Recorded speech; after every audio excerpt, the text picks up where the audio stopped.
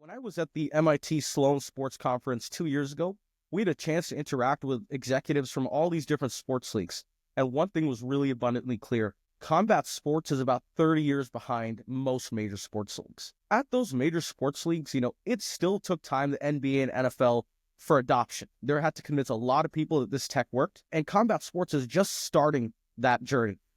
MMA is behind the curve when it comes to technology, but why? Tim Malik, the CEO and founder of Combat IQ, believes that the sport is about 30 years behind major leagues like the NFL and NBA in data adoption. In this episode of Fight Capital, we break down how AI and real-time data can change the way that the fans, the athletes, and sportsbooks engage with combat sports. Getting an inside view of the software with Tim was very cool. I put a little bit of the software technology into the episode for everyone to see. So highly recommend going to find Combat IQ online and seeing what they're up to, as well as checking them out and their work with the UFC. And if you're enjoying this episode, please give me a subscribe, like, follow, all of those nice little things down below. I really appreciate everyone's support, and it helps me continue to put out this great content. Now, Tim Malik, let's get it.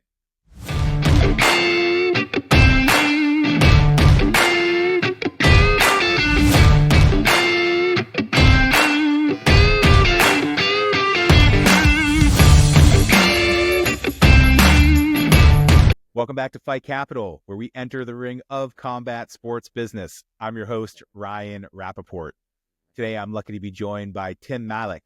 He is the CEO and co-founder of Combat IQ, an AI-powered sports analytics company revolutionizing data in combat sports.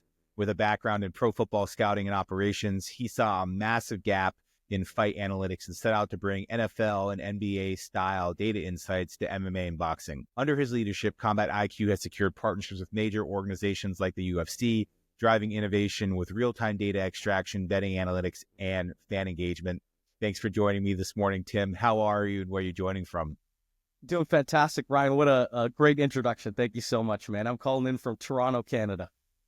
Oh, well, hope you're staying warm up there. I know this is the frozen tundra time of year, but just to get into it, man, what inspired you to create Combat IQ, and what specific gap were you seeing in combat sports analytics that you were aiming to fill? Yeah, well, let me tell you, man, I'm definitely my own end user. So when I left pro football in 2019, and then pandemic hit in 2020, and thank God Dana White kept putting on those shows throughout the pandemic. And I would wake up every weekend without fail, and I put some money down just because, I like to have a little action in my life. And I really realized quickly there was a major lack of data, like something that I wasn't used to in football.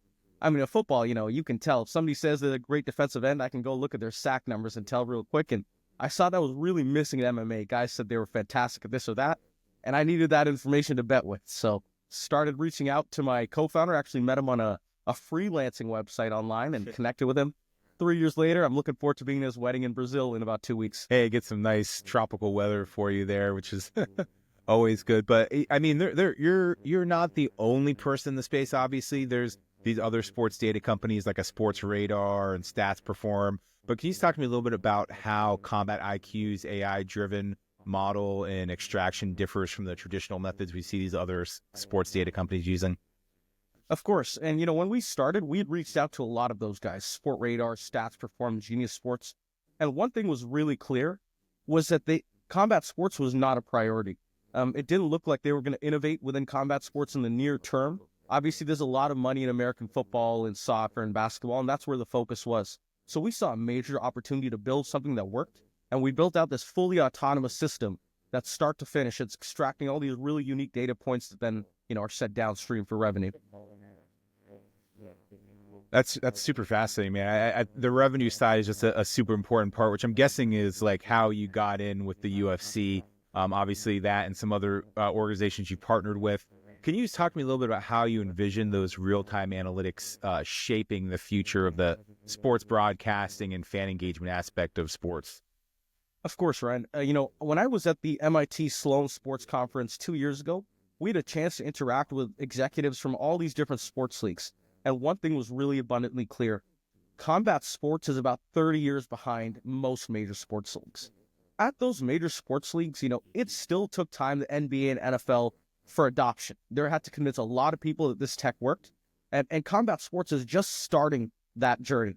And so, when we talk about all the different capabilities and aspects of our system, it's very much, it's not a technological hurdle per se. It's very much trying to convince people that there's value in the technology, and that what we're trying to produce, the end result, is valuable to the fan. I like you said, the end result and it providing value to the fan, I think is such a huge point.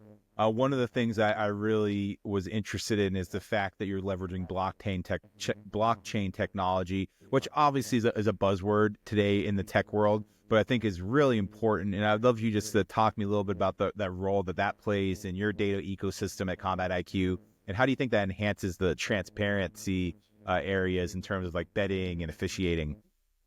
Of course, and we're really happy to have support from the Polygon people. We did Techstars London and supported by them. The way we approach blockchain with our system is we publish our picks on chain. It creates an immutable record of what we've put out there onto the market, and it allows for quick dispute resolution for people to kind of call us out on our bull junk if they think we didn't do what we said we did. It's all there on the blockchain, so we very much use it as a validator for ourselves. Yeah, and what a validator too. I mean, just being able to have that transparency there and where the data is flowing, I think is so important. And you see these major sport leagues that have relied on this data or advanced data for scouting and just performance analysis for decades now. And I definitely have seen a lack of that. The traditional film study, which I'm a big proponent of. I played college football. I've done martial arts. We used to go and watch the replays, right? But how do you see, Combat IQ influencing the actual athlete side of it, whether it's like the fight camps, the gyms, and just like kind of the overall athlete development? Yeah, you played college football. You definitely know about film review. And coming from scouting, that was my bread and butter. But let me tell you, when we approach performance institutes within combat sports, I think one of the challenges is the same we see on the broadcast side. It's the lack of willingness to adopt technology. I think the guys at the PI, Forrest Griffin, Duncan, Roman, they're doing a fantastic job in leading the way of how to adopt technology. But largely, there are laggards within the space that don't see the value in the tech today, and the film review even. So I think, the hurdle is more convincing people to take a chance on the technology than it is proving out the reliability of the technology. Yeah, you mentioned some powerful names there, definitely kind of leading the way in the performance aspect of combat sports. I've got a chance to meet Roman before, and man, they're next level in the data that they're looking at, and so I could totally see how this helps. I'm going to take a pause right now and show everyone just some clips of the footage here, and just so people can get an idea of what that looks like, and just some basic knowledge of like what the actual platform is. So, whoa! Combination to the head. What a round for Fierro.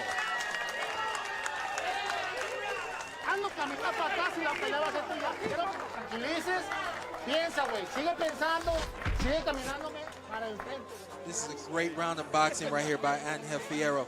He understands that I have to go for it. I have to impose my will. And he just would not stop this last round, the fourth round. He's got to be able to maintain that. And I got a feeling that he can and will. But you see it, he was attacking the body, bending down, getting so low that Alberto wasn't able to find anything. And that caused Alberto to open up. And it opened up Alberto Machado, opened up the head. Right there we see overhand right. We'll see another one too. Another overhand right there. That's the action that I was talking about we could expect. That was awesome, man. Really cool just to see the technology at work. How do you think that this platform is catering to the sports books? Obviously, sports betting has become such a huge aspect of sports today, but do you really see this having a massive impact on the way the combat sports are actually bet on? We really like to see ourselves as innovators in this space, Ryan. We know that combat sports betting is not, top priority for a lot of sports books. You could probably throw on an English Football League game any random Wednesday, and you'll get a lot of volume on that versus waiting every week for a UFC event. That being said, when we started this, we saw a major opportunity in the odds. Odds were really terrible, to be honest. I mean, I was betting as a fan, and I was making a lot of money, and I'm like, there's no way sportsbooks are enjoying this. Hey everyone, just want to take a quick pause here to thank you so much for all the support. I've been seeing really awesome growth lately, and as I continue to meet new people and find new avenues to tell stories for this combat sports business world, I really would appreciate if you could give me your feedback on the posts, as well as like, comment them. Please give me a subscription and follow me across all platforms. Links below. And really looking forward to putting out amazing content here in 2025. Now, if you wouldn't mind just doing me that favor, really appreciate it. Now back to the content. So we started that journey going down, looking at in play, and very much are trying to create more accurate predictions, more markets for fans to be able to engage with, and really stimulate the betting in combat sports. That's definitely a goal of ours. Well, I definitely see that being a value prop for them. But I know, and you mentioned it earlier, just combat sports are lagging a little bit on the technology side. What do you think has been some of the biggest challenges you've seen in scaling this AI-powered analytics for combat sports, and how is Combat IQ overcoming them? Let me tell you, when I started in football, I remember when we were talking about using some technology, and I approached a coach that had coached with Nick Saban, and he'd been around pros for about 40 years. And he goes, give me a measuring tape and a stopwatch, and no AI can beat me. And I was like, okay, that mentality, it took a while to break from that in football, but that's very much what we encounter in combat sports. And I think that's the challenge. It's not to say that this tech can't do X, Y, Z or what it's meant to do, but it's to have people believe that it can do what it's set out to do. And it's convincing people that it's a behavioral psychology problem. Yeah, I think you hit the nail on the head. And you referenced the experience in your football scouting and now combat sports data. What do you think are some of those key lessons that you've taken away from the NFL, CFL that could potentially revolutionize the MMA and boxing analytics? Of course, I think the biggest thing is that the game can be told in lots of different ways, and that includes with numbers. And that was something that was really missing in combat sports. And Dominic Cruz actually did a press conference after one of his fights maybe 2 years ago. And he said, hey, combat sports and the UFC in particular really doesn't have those NFL, NBA level statistics to be able to engage and enjoy for fans. And, for me, it's surreal. I set out to do that. And a couple of years later, it's amazing to see every pay-per-view, you throw that on and Combat IQ's data is there. So really full circle. Yeah, and congratulations on that, man. I mean, obviously kicking it off with 306 at the Sphere, which you did, had to have some excitement there as well as some nerves. But as someone who's kind of came up in this process and is innovating every day, what advice would you give to others looking to innovate in that software and hardware side of combat sports or the sports ecosystem as a whole? Of course, and I can really appreciate that question. Oftentimes people come to me with the same question in mind, and I think the one thing that I often try to communicate to people is that you have to focus on the value proposition. The technology is just a tool. It's a conduit. It doesn't really matter, if we're going to be honest. It's that end value of what you're delivering to the promotions and the fans. And I think people lose sight of that really often. They say, oh, this tech is great, but at the end of the day, nobody cares. How is this going to be a better experience for me as a fan? And I think you can't lose sight of that. Amen, man. In the end, it all comes down to the fans. The fans are the lifeblood and the driving force. Then comes the sponsors who are putting the money in the sports betting. And, just haven't seen the platform now. Really thought it was super cool. A lot of differentiators I saw there, particularly in just tracing where people are in the cage and the retreat and the move forward. All of that was super powerful, man. And really can't wait to see what you guys do next. I'm going to be paying close attention to Combat IQ and seeing the innovation that continues to happen.